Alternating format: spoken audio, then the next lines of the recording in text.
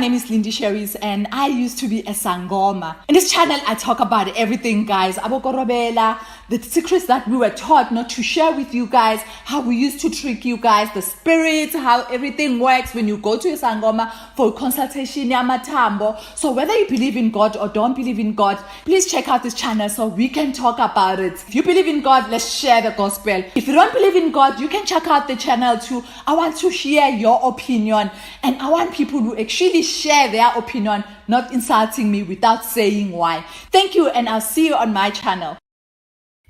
That's right. Thank you so much for joining me in Solomon's Temple. My name is Solomon Isang Shams. It's so good to be with you at this time of the day. I hope you're doing very well. To all the Bereans, thank you so much for being here. Appreciate you. Appreciate each and every one of you. You keep coming back. We keep discussing. We keep rubbing minds together. So please, if you haven't subscribed yet, make sure you do so right now. Solomon's Temple. And also visit our website, unclesolomon.com.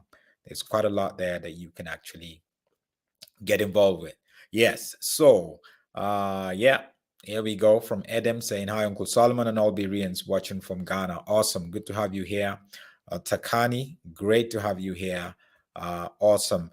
News just coming out today, actually just a few hours ago, is that Jup Jup, the hip-hop artist, the TV presenter, the one who had one of the biggest sort of like gospel song in the country ever, has apologized to his ex-girlfriend, Kelly Khumalo, a singer, very talented vocalist who came to limelight on a gospel show and who has sang so many gospel songs in her album.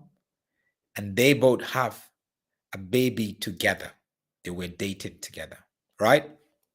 So for some of you guys who don't know the story and not really in Southern Africa, this too, Jup Jup is sort of like from a privileged family. His mom was like well-known, friends with Oprah. Oprah was supporting some of her work in the community in Soweto. So he had something like a privileged upbringing. And as a young guy, he hit like limelight. He was into TV and also singing. And then he met Kelly Khumalo and they now started dating. That was about maybe about 10 years ago. But the thing is, he was not allegedly, he was involved in like, drug use, alcohol and drug use and all that. And him and his friends were racing in the streets in Soweto, and they now had some sort of an accident, and a few kids lost their lives, and they had to go to the court, arrested and everything, and he had to go to prison for years. And then he came out of prison. But him and Kelly, they had a baby in that relationship. Obviously, they broke up before he went to prison. And they had a baby and just recently, a couple of weeks ago, he was on a very popular podcast called MacG, with MacG rather. Is it Pot and Chill with MacG? And he said certain things, and I came here and I actually said, look, you cannot go around saying you smashed women. That's very derogatory. You cannot go around talking about the mother of your child the way that you did. Now he has apologized officially today. Why did he apologize? Because the TV station where he's so popular and he as a presenter asked him to do so if he wants his job back. And that's the only thing that's actually keeping him in the limelight around the country. And I'm sure he loved the job too. He said you have to apologize for saying that she uses charms, MUTI, right? With sort of like no substance. And I understand. Maybe she does, but the way he spoke about her, the way he addressed her, this is a woman first. You cannot address a woman that way, no matter what the situation is. You shouldn't say certain things about certain people that way, and then secondly, she's the mother of your child. And the whole thing that he was just angry because he hasn't seen his child for a very, very long time, that she is intentionally keeping the child away from him. But how do you now go and say certain things? So this is a couple here. So this is the child. He's grown up. You can see his eye, just like the father. This is the father on the one side and the mother on the other side. And this is the child, and in the middle. And obviously, these photos are all over. It's used all over the social media and all that. So it's not like photos that are restricted from being used. They don't have a problem putting their family, their kids out there. Some people do, and they say that, but they don't have a problem doing that. And it's very, very, it's very, very sad that, because now they had issues. The whole issue around it is more like around the child. I think for him, he processed his anger of not being able to see his child, being denied the opportunity to see his child. I don't know why. Maybe he's not been supporting the child, or there's some valid reason. And now he processed it and now started attacking the mother, started attacking the person of the mother. You have to attack the issue, the fact that you're not able to see your child. What needs to be done to see your child? Do you need to sort of like sit down and iron out your differences? But you took all of that to the public platform and you spoke in a very derogatory way about the mother of your child. This child is going to come. I mean, these days, kids his age have access to the internet. This child is going to see what you said about his mother, right? And he is a man, you are a man too. He's a boy and he's going to be a man, and you are a man too. Is that a good way to mentor your child? Because believe it or not, even if the kid loves his mom more than he loves the dad, but the fact that the dad said certain things about the mother, this kid will probably going to think it's okay. When he begins to get into relationship, he's going to feel it's okay to demean a woman, demean his girlfriend, demean somebody who is female. And they were doing it and laughing whilst they were doing that. That's just so wrong. You don't say certain things about people that way. You don't begin to vent your frustration and anger for not being able to see your child by attacking the mother. Attack the issue. What are the reasons that the mother gave you?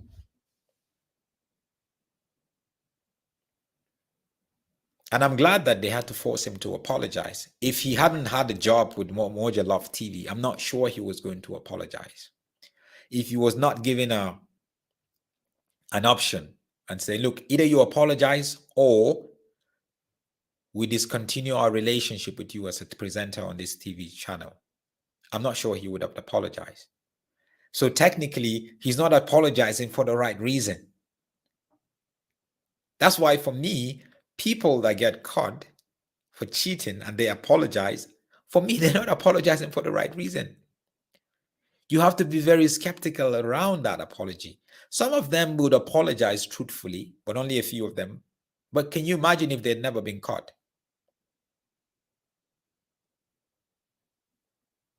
So this whole baby, you see, this is just a reason why God doesn't want us to have kids out of wedlock.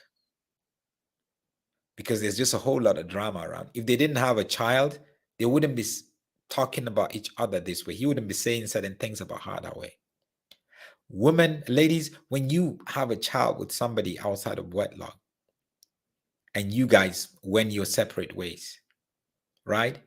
You just gave him the privilege to look down on you, to say certain things about you that's just not right for another human being to consume. I'm not saying that's what men should do. I'm just saying you gave him the privilege. You can imagine if you had not gotten to a place where you had a baby or where you fornicated together. It would be a different story, isn't it? So he apologized. And this is his apology here. He posted this on his this morning on his Instagram page. And he said, apology later to Kelly Khumalo. I'm writing this later to accept and owned up to my mistake. I Malemo Jub Marohanye would like to take this moment to apologize to the mother of my son, Kelly Khumalo, for any distress or hurt I may have caused her following not only the aftermath of my interview on podcast and chill with MacG, but also any other public opinion. Kelly, I am really sorry. I really did not mean for things to get here between you and I. My comments were taken out of context. However, it still doesn't make it right. Don't justify that your comments were taken out of context. We know the context. Please don't think that I am sending you this apology because of the recent article published this past weekend. I had plans to make these things right with you. Why didn't you make it right before until the media started talking about the deadlines, the option that you're given, the ultimatum that you're given? Either apologize or lose your job. Come on, guy. Why we try to justify apology? Even an apology, you're trying to justify it. Apologize. Don't say anything. Just say, I'm sorry. Finish.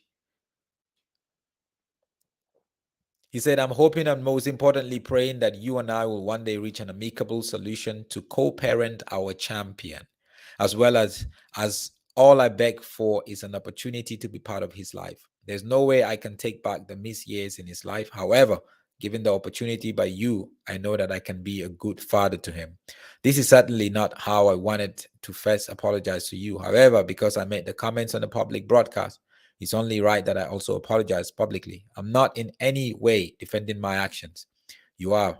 You are the mother of my son, and I have a lot of respect for you. In me trying to set the record straight about me being an absent father to my son or me not caring or loving him, a lot of wrongs happened in a short space of time during that interview. I owned up to it as a man, but most importantly, a human being. I asked that the media and public please respect my privacy as I attempt to make things right with Kelly Khumalo outside the public space. I know that I am a public figure. However, I'm a father first and most importantly, a human being. I apologize to the women in South Africa at large for any distress, disappointment, or hurt that I may have caused, and I hope that one day you will find it in your hearts to forgive me. I will be undergoing sensitivity classes for my use of language, and I'm also working on myself as an individual. All that was written for him, and all they need, I'm sure the TV station wrote it for him and said, this is what you're going to say. We're not going to allow you to say anything that you want to say. Why do we have to justify an apology? When you justify an apology, it acknowledges the fact that you do not totally sympathize with the hurt, the pain that you caused through what you said or did to the other person. So you're trying to hold on.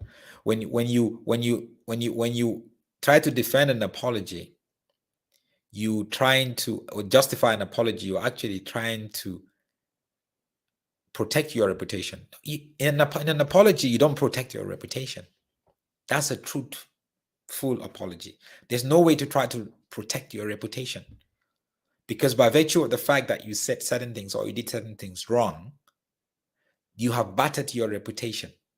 Apologize truthfully, open yourself up for scrutiny, and then allow people to forgive you, because people can see through an apology and know, is this person truly repentant?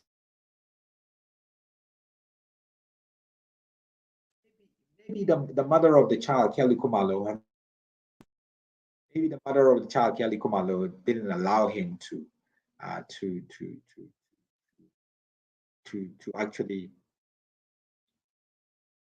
to see the child, but he, instead of stating the reasons and talking about the reason much more, he's basically not taking the reasons, not talking about the reasons, and just attacking her. I'm sure she's going to accept the apology. They have a baby together. I think every woman will want the father of the child to be involved in the life of the child. So I hope that this will be the beginning of their some sort of reconciliation and co-parenting together, right? So this is a forced apology. I'm skeptical about his truthfulness around it. Very, very skeptical about it. Mimi says, go to court and fight for your father rights in peace, even in private. Yeah. Miriam says, first apologies, skeptical. Greetings, Miriam, joining in from Lusaka, Zambia. Good to have you here. Malaya says, good morning, Uncle Solomon, and everybody watching from Great Britain, the UK. Pindi says, wow, I got bumped into this good interview. Thank you, Malume. I was looking forward to this. I love it when Jub apologizes. Above all, Kelly looks after his child. That's right. Jub has been trying too hard to, and I get his child, but this woman denied him.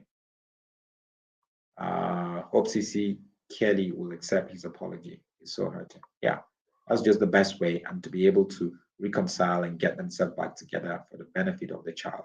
We don't want to have another black child growing up without a father. He's been growing up without a father. Though the father is around, but the father is not in his life. So he was been growing up without a father. You can imagine the damage that's been going on in his life already. Thank you for joining. Please make sure you subscribe. Shalom.